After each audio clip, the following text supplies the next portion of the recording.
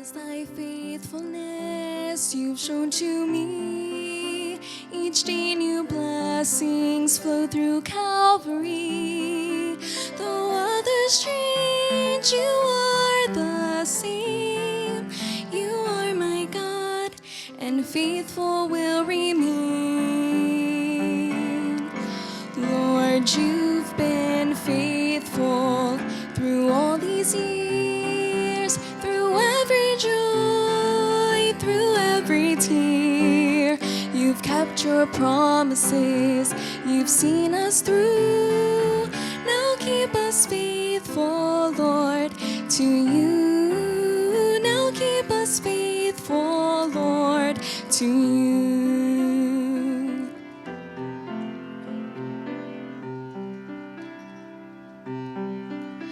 Though friends may turn away, your love is true. Each time I stray, you draw me back to you. You've seen my heart, you know my name. You are my God, and faithful will remain. Lord, you've been faithful through all these years, through every joy, through every tear. You've kept your promises, you've seen us through. Now keep us faithful, Lord, to you. Now keep us faithful, Lord, to you. Lord, you've been faithful through all these years, through every joy, through every tear. You've kept your promises, you've seen us through. Now keep us faithful, Lord, to you. Now keep us faithful, Lord, to you. Thank you, Natalie. That was great. Let's. We don't stand. Did you get the handout this morning? By the way, one thing to remember about the new building, it's going to have great air conditioning. There is one thing I would do if we were staying in this building. We would have a Christmas gift for Jesus would have been about getting another air conditioning unit. It's not bad in here. I'm not complaining. I'm explaining. But the new one, those are going to be very good. That was a blessing. I was just thinking, it's summer's our very first. Summer's just right around the corner. Our very first, I think it was our very first summer saturation. That's where I met Josh, right? He was washing his car. We were walking back to the bus, and his daughter, she wasn't even born then, was she? And now here she is singing. That makes me feel old. Yeah, I hear you. But only one of us looks old. That's what your wife said. I'm not sure about that. Okay, we've been talking. We're in the book of Proverbs. We're still. You say you're still talking about the virtuous man. Why are we talking so much about this subject? Because I'm just going through all the verses in Proverbs that deal with it. We're almost coming to the end, but this subject's a big deal. Our society is so warped, and everything in our society. I'm trying to have the right spirit and use the right word, but it's wrapped around immorality. And you say, why is the behavior in our country getting more deviant? Because we're so warped in what we've done. Society has to have more, and it's getting very deviant. But as Christians, we want to be right, and really that's my spirit. I'm not trying to be condemning in this, and I'm not trying to belabor it. We'll be done soon with this, but it's important. And if you have seen some of the heartbreak I've seen because people are not careful, you'd probably teach it for 20 weeks. And so we're talking about the virtuous man, and really we're talking about staying pure and staying right. Last week we looked at number 10, be alert to the warning signs of a strange woman. And a strange woman is? Excuse me? Oh, lady, that's not your wife. Right. Thank you, Ryan. I didn't ask for your help, but you gave it anyhow. Thanks. We said that the way she's dressed gets your attention. She sends subtle messages with her words and deeds. Her outward looks and subtle actions cause you to miss her obvious character flaws. She's more interested in hanging out than being at home. She is physically careless. She masks her real character with spiritual talk. She entices with her senses, and she is persuasive with her words. Now, that was last week. We're done with that. Let's move on. Number 11. And again, the whole premise here is staying pure, being careful, not getting caught up in immorality. Number 11, see the destination so you will avoid the journey.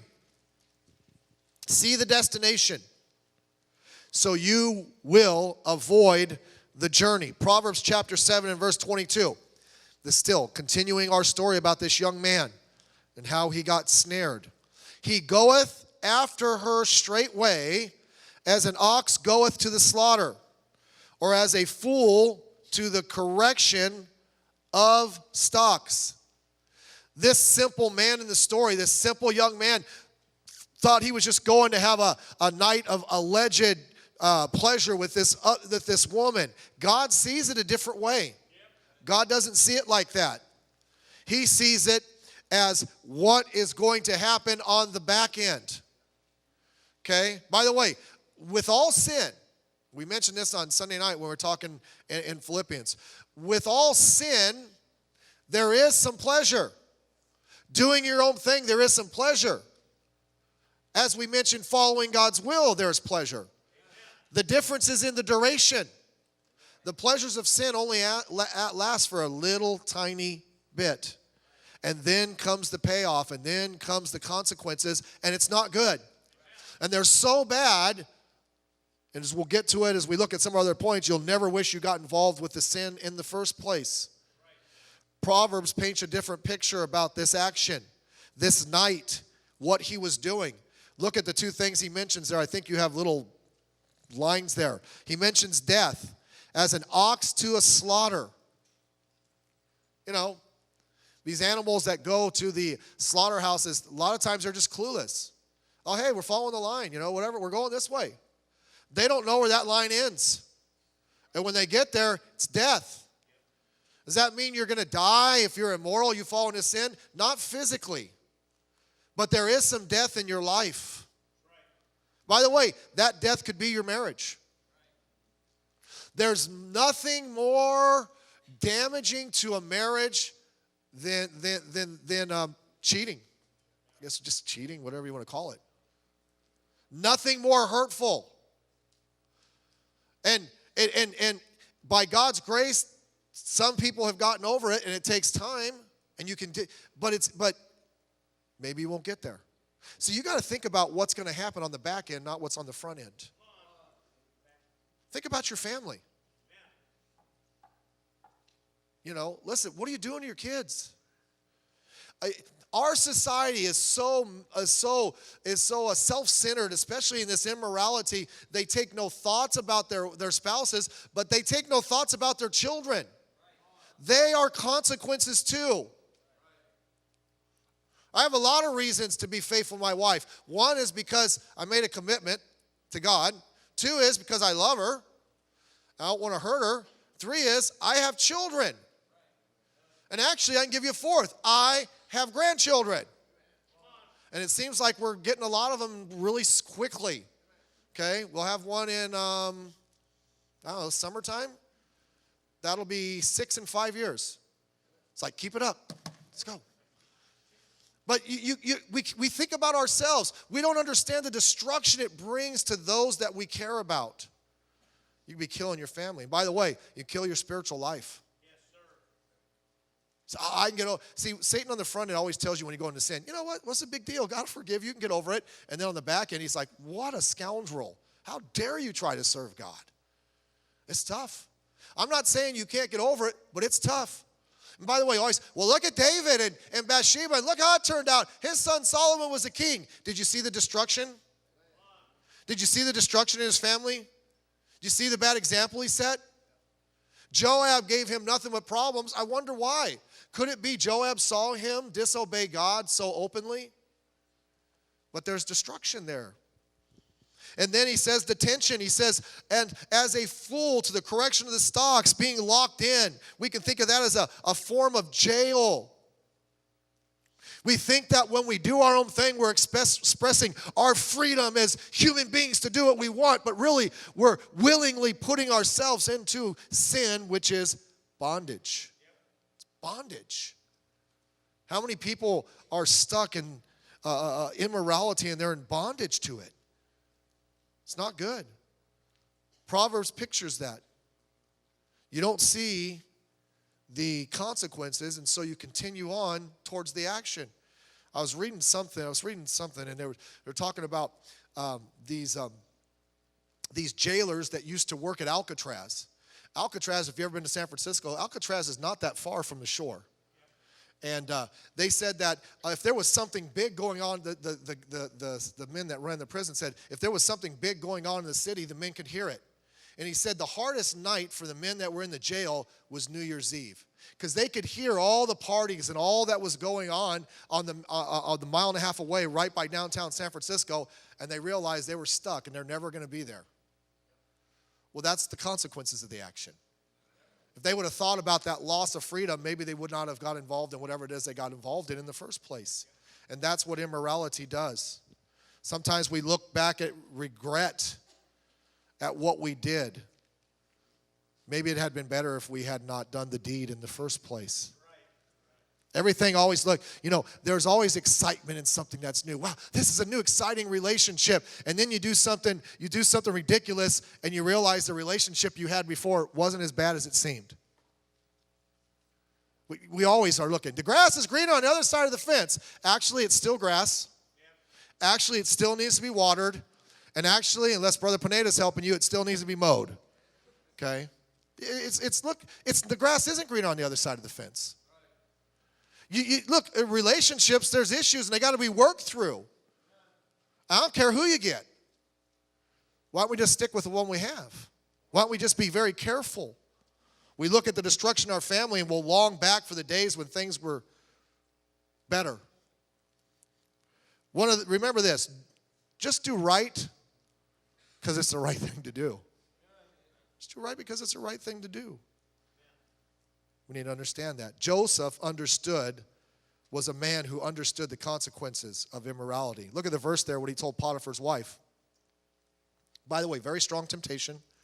Perfect temptation to put the finger on Joseph. Family sold him out, foreign land. Here he is, a servant, young guy, very, very lonely. What would be the perfect temptation? Some beautiful woman throwing herself at him? But Joseph didn't see that way, did he? He said, there is none greater in the house than I, neither hath he kept back anything, speaking to Potiphar, from me but thee, because thou art his wife. How can I do this great wickedness and sin against God? See, he didn't see it for, well, after all, life's dealt me a cruel hand and I'm lonely and this opportunity, why not take it? Nothing else has turned out right. But he didn't do that. He said, this is wickedness. And if I do this, I'm sinning against my God, and I don't want to do that. By the way, aren't you glad he held out? Aren't you glad he did the right thing? I bet you after God exalted him and he was vice president of Egypt, sparing his family, and I bet you he thought, wow. He thought back to that time, how sometimes we sin and we look back and regret. Sometimes we look at that thing in our life that we didn't do, and we're like, thank God I didn't do that. Where would my life be had I done that? So there's two ways to look at it. Number 12. Don't get so close, and this is important, that your emotions override the consequences. Don't get so close that the emotions override the consequences. When we talked about the strange woman, we talked about the things that are used to kind of start to draw you in. By the way, we're talking about, men primarily, but we're not talking about men. Ladies, this is you too. You can be sucked in. Proverbs Chapter 9, verse 13 to 18. A foolish woman is clamorous. She is simple and knoweth nothing. For she sitteth at the door of her house on a seat in the high places of the city, to call passengers who go right on their way. Whoso is simple, let him turn in thither. And as for him that wanteth, that means lacketh, understanding, she saith to him, stolen waters are sweet, and bread eaten in secret is pleasant. But he knoweth not that the dead are there, and that her guests are in the depths of hell. The picture here is this woman, this loose, immoral woman, and she's sitting out there, and she's actively going after someone. And here's this simple one that doesn't know any better.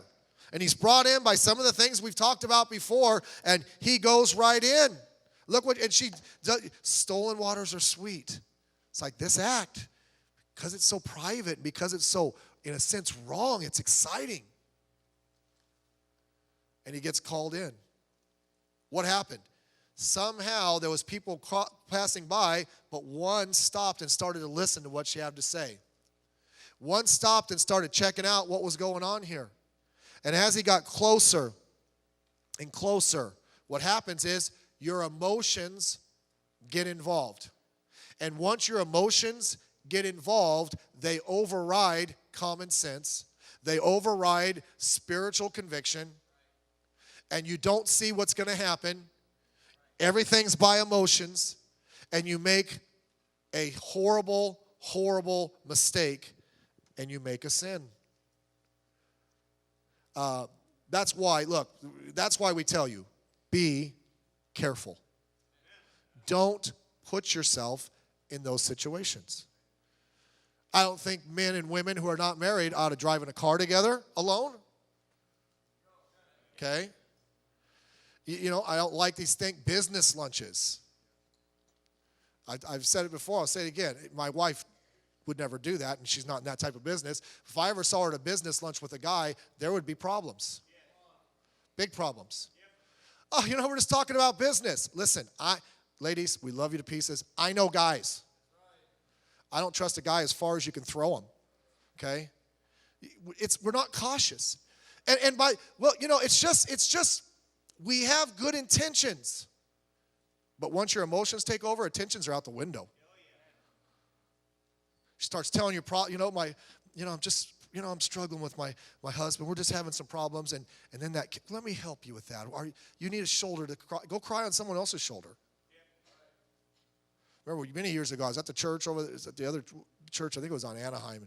A lady was there. She was having a hard time. And I was in the hallway, and she was talking. And she was having some legitimate issues. She started crying, and I'm like, hold on. I went around the corner. I found one of our staff. I said, go hug her. She's crying. She needs your help. I don't want to be involved with it. You say, that's cruel. That's cruel, but I don't want to be involved with that. You want to cry? You can cry. If you want to cry in my office, I'll have my wife in there. You can cry on her shoulder. I'll drink coffee, and we'll all be good. I don't need to be involved in your emotions. At that time, and I'm not belittling, because sometimes the situations come and there's tears. I understand that. But I'm saying sometimes there's an emotional something go on, and you need a lady to talk to. Okay? And my wife's great at that. I like talking to guys because they're not going to cry on my shoulder. It's like, whatever, I'll give them tissue, whatever. But our emotions, and we don't mean to, and a lot of times we have good intentions, but your emotions now have taken over. And if you're not careful, they cross that line. And we're totally not even thinking about the consequences. Be very careful. Okay, so I'll make you mad. Not mad, but you won't like me for a few minutes. That's why I don't think teenagers should date. Say, you guys say that sometimes. You should change. I'll tell you what, let me consider that. No. People in their 20s and 30s aren't even ready for relationships. People, you think a 16-year-old is? All that's going to happen is their hormones and emotions are going to take over. Nothing good's going to happen.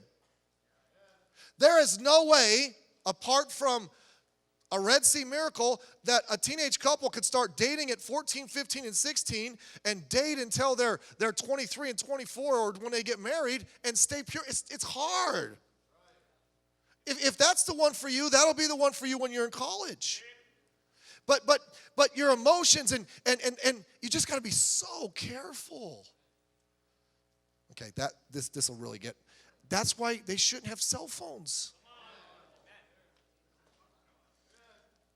Look, when I was dating my wife, we couldn't text right away. We couldn't, it was college and I was busy, and they may have had a phone on the dorm room. I don't know. I didn't call. I was busy. going to college, working 40 hours, busy on the week. But, I'd write her little notes here and there, and we would have dates here and there, but it wasn't like texting 24/7. If you're college kids and you're close to getting married, God bless you.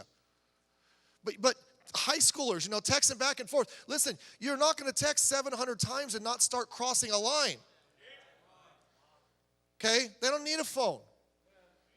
If you say, Brother Meyers, spiritually, I don't believe you on that, fine. Do it to save money for the building. $30 a month you can give to the building. And just tell your children, listen, I'd get you a phone, but we're sacrificing for the building. And then once we get in, I'll find another excuse for you to save that money, okay? Bear with me. But just err on the side of caution.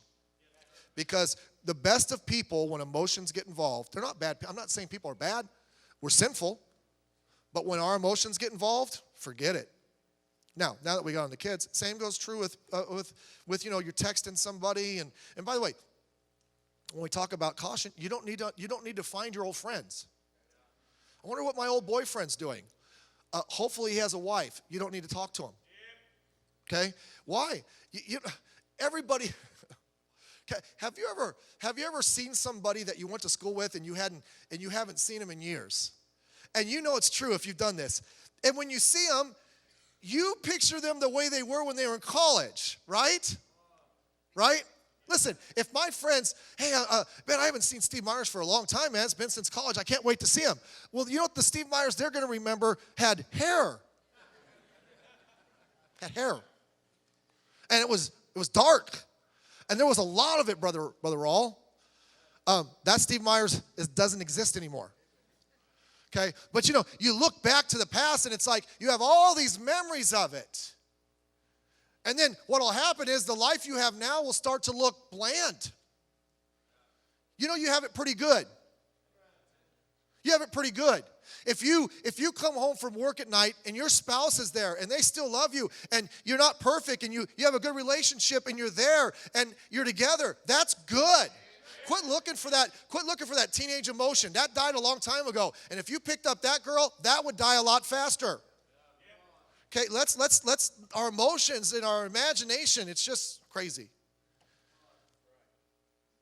So let's be very, very careful. I don't think men and ladies should be best of friends. We have friends.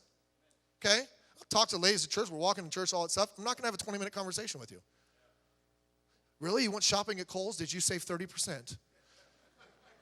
By the way, he's right. My wife's second church is Kohl's. It's not a Baptist church. Pray for her. But, we go. I'll go. If I need something, I'll go. But we're not going if we don't have 30%. But I'm not going to sit there and discuss that with you. Okay? That's a beautiful purse. Matches Robert's outfit. He's good. No, we need to be very careful. Again, are we innocent? Yes, but when we allow it to go too far, what happens? Emotions. And once the emotions kick in, we don't see the danger that's coming. So I'm just saying, I would rather err on the side of caution. Caution. Number 13.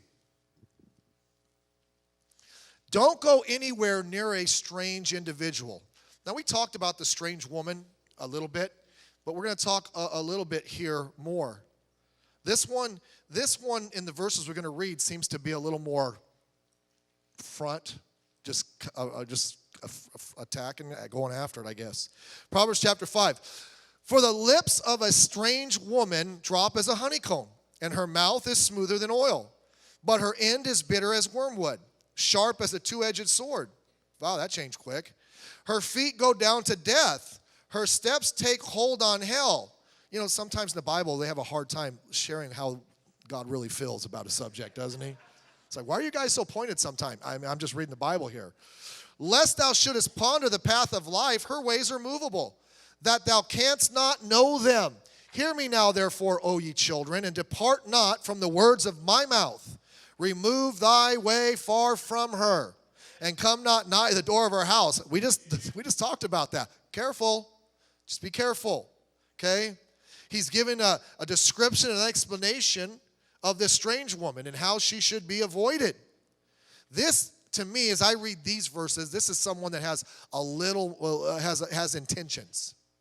And sometimes people don't have overt intentions, but sometimes intentions intentions are there. We need to be very careful. What does he say? Let me give you a couple things here. A, the promise is pleasant. Pleasant. For the lips of a strange woman drop as a honeycomb, and her mouth is smoother than oil. Okay? It's not. I don't think that's not just talking. That's talking more than just about how she talks. I think she's attractive. There's an attraction there.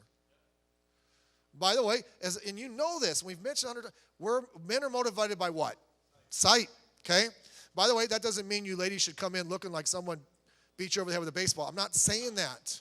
Okay? Look nice, be nice, look first class, and as we already talked about, but you don't look sensual.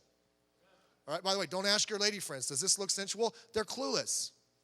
Good people, ladies aren't motivated that way. Well, my friend said this wasn't too tight. Yeah, but the 27 guys staring at you as you walk by, they said it is. That's how we're motivated, by sight. So we need to be very careful. There's an attraction there. By the way, guys, when you feel an attraction to somebody, if you can't sit there and talk to somebody without like, oh, wow, there's an attraction, then get away. Just say, you know what, my toe hurts, I got to go. Lie. Rather lie than sin. Just kidding, lying is a sin. But come on, man. When you start feeling, and maybe that's God sometimes feeling like, hey, this is not a situation I should be in. Back out.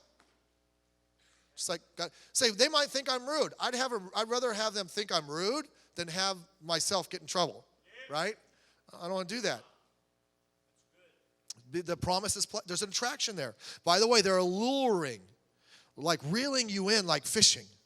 Okay? I don't know what that's like because every time I go, we never catch anything. But I've heard that people that know what they're doing, you actually can catch fish. You get the right kind of bait, and we'll talk about that in a minute. They know just what to say and how to look. Now, let me say this on the flip side.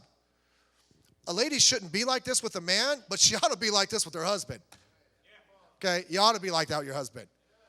You ought to, not in public, but, listen, you want to win your husband. You want to look nice for him and all those things, not for some other guy. I want people looking at my wife. It's my wife. Okay? And so you just be very careful about that. But they're just very loose, and sometimes they don't understand it. Okay? And they're not, and some ladies are just simple, maybe not Christian, they don't understand it. So you just be careful.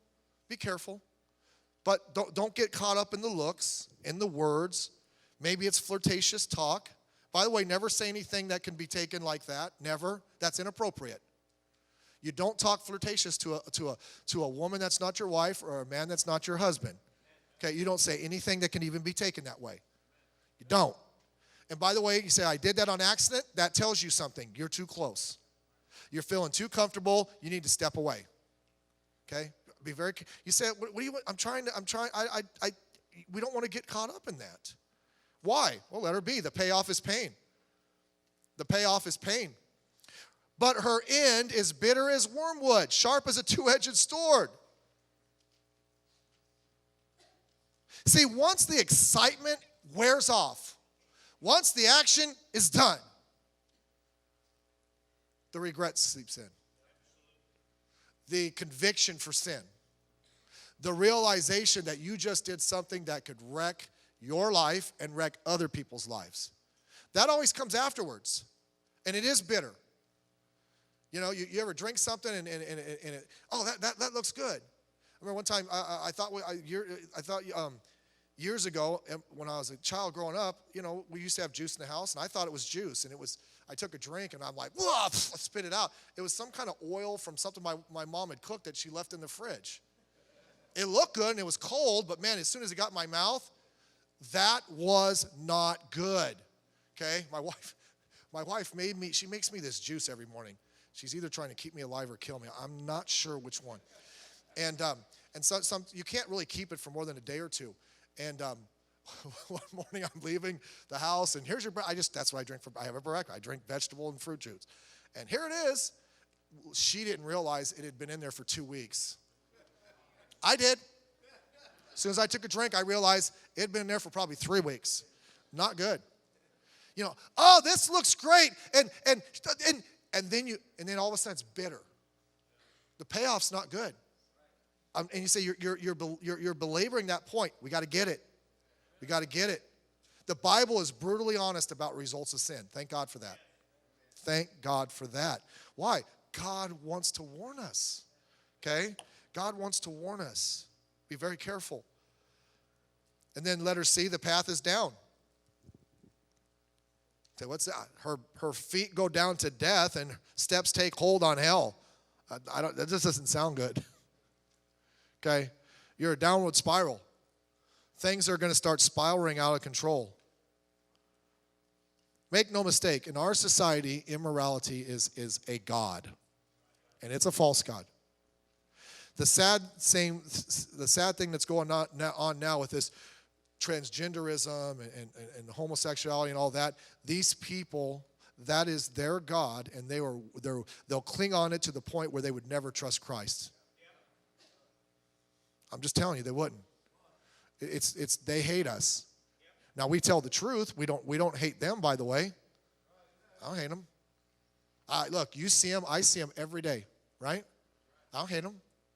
If I see them somewhere they're serving, I don't say you're despicable. I'm going to try to be nice and kind. But I'm going to tell you what, they know you're a Christian. That's the sin that literally exalts their life. And if we're not careful, it'll keep us from trusting Christ. And the worst case scenario, then go to hell. But for us, we're not going to hell. It's going to make our life a living hell. So we got to be very, very careful. It takes us down. Letter D, the pathway is unsure. Lest thou shouldest ponder the path of life, her ways are movable. Thou canst not know them. I mean, all over the map. It's a moving target. Never delivers on its promise. Then the last thing is this, and we'll be done. The power, as I mentioned before, is in avoidance. Hear me now, therefore, O ye children. Depart not from the words of my mouth. Remove thy way, what? Far from her. Come not nigh the door of her house.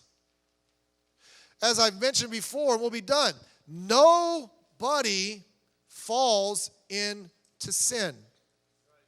Many years ago, I was walking downstairs in the fellowship hall. I was going to check something out. There was no school. I think it was summer. The lights were out. And I was walking, and then next thing you know, I was laying on the ground. Brother Pichardo, you guys have these in there, right? Tripped right over it. I didn't see it. It was dark. I'm like, oops. Fell there. That's a problem there. Wish I would have avoided that. Stayed out of the way of it. We have to be careful that we avoid that sin. Any sin. Remove thy way far from her. Come not nigh. Let's just be very, very careful. No one falls into sin. You know what it is? It's a slow process. You're being lured in. Very rarely will you, if you're going fishing, very rarely, unless they're really on it, do you throw it in. As soon as you throw it in, they hop on it. You got to sit there and you got to kind of play cat and mouse, get them in the right area, and you catch them. No one's like, one day, I read my Bible, 12 chapters this morning, I prayed for an hour and a half, God spoke to me audibly, that's how close we were today. And then that afternoon, they go out and commit immorality. It doesn't happen that way. You know what happened? Slowly, steps were taken. People weren't being careful. They weren't avoiding. Emotions got in control. They blew through all the red lights that God was throwing in front of them, and over a course of time, they sinned. That's why God says, look for the warning signs early, and as soon as you see the warning signs, avoid it. That's the way to stay away from sin, any sin, but particularly this sin.